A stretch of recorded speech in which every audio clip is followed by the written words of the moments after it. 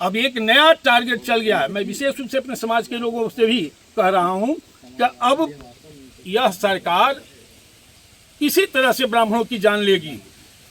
ये होता था कि अपराधी हैं, ये बाहुबली हैं, एक भी जरा भी किसी जिले में किसी विधानसभा में ब्राह्मण मजबूत है, सक्षम है, उसे अपराधी घोषित करके या तो उसका इनकाउंटर किया गया, बुलडोजर चलाया गया, या उन्हें जेल के शिकंजों में बंद कर दिया गया है।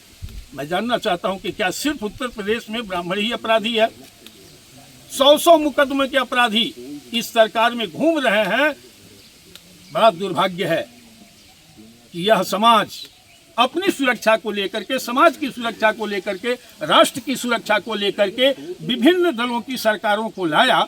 इसमें राष्ट्र, समाज, ब्राह्मण सुरक्षित होगा, लेकिन दुर्भाग्य है कि आज जिसे अपना समझा था वही मेरा जानलेवा शत्रु बना है। आज पूरे प्रदेश का ब्राह्मण चिंतित है, आक्रोशित है, दुखी है, अपने को असुरक्षित महसूस कर रहा है। मैं साफ तौर पे कह देना चाहता हूं कि मेरे समाज के लोग पूरी सावधान और सतर्क होकर के कार्य करें, अन्यथा इसी तरह से जानें ली जाएंगी और पोस्टमार्टम रिपोर्ट में लीपापोती करके अपराधियों को सरकार स्पष्ट रूप से ब्राह्मण के मामले में बचाएगी।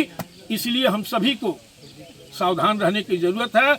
और आज जो जानवर के तरह ब्राह्मणों का व्यवहार उत्तर प्रदेश में हो रहा है, इसके लिए स्वयं हम सभी लोग जिम्मेदार हैं और कोई जिम्मेदार नहीं है, सिर्फ हम लोग जिम्मेदार हैं। और जिम्मेदारी का मुख्य कारण है कि हम बुरी तरह से असुरक्षित हैं। इस लोकतंत्र में जब तक सुरक्षित हो और संगठित होकर के नहीं रहेंगे, आपका कोई भी सम्मान, अधिकार नहीं बच सकता है।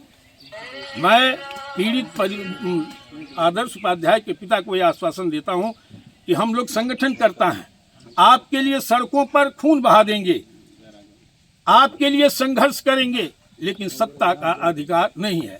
और जिनमें सत्ता का अधिकार है अपने समाज के लिए, मैं बता देना चाहता हूं कि उनकी नपुंसकता की देन है, उनके हिजड़ापन की देन है कि आज समाज के साथ अन्याय हो रहा है और न्याय नहीं प्राप्त हो रहा है।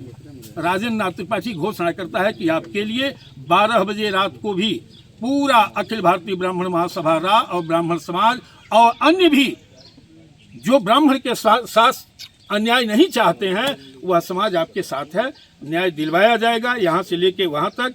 ठीक इसी प्रकार से ऊंचाहार कांड हुआ था, जहाँ 5 ब्राह्मणों की निर्मम हत्या हुई। 107 का मुकदमा नहीं कायम था, मुकदमा खत्म कर दिया गया था मामला। मैं जब वहाँ गया, देखा 5 परिवारों की बुरी हालात, मैं लौट करके आया था कि पीड़ित परिवारों को न्याय दिलवा करके रहूँगा। विधानसभा पर चढ़ा, 5000 हमारे परशुराम सैनिक चढ़ करके और पीड़ित पक्ष को न्याय दिलाने का काम किए थे। अगर समाज और क्षेत्र के लोग साथ हैं तो कोई माई का लाल आपके परिवार को और आपको न्याय से वंचित नहीं रख सकता है। ये मेरी घोषणा है।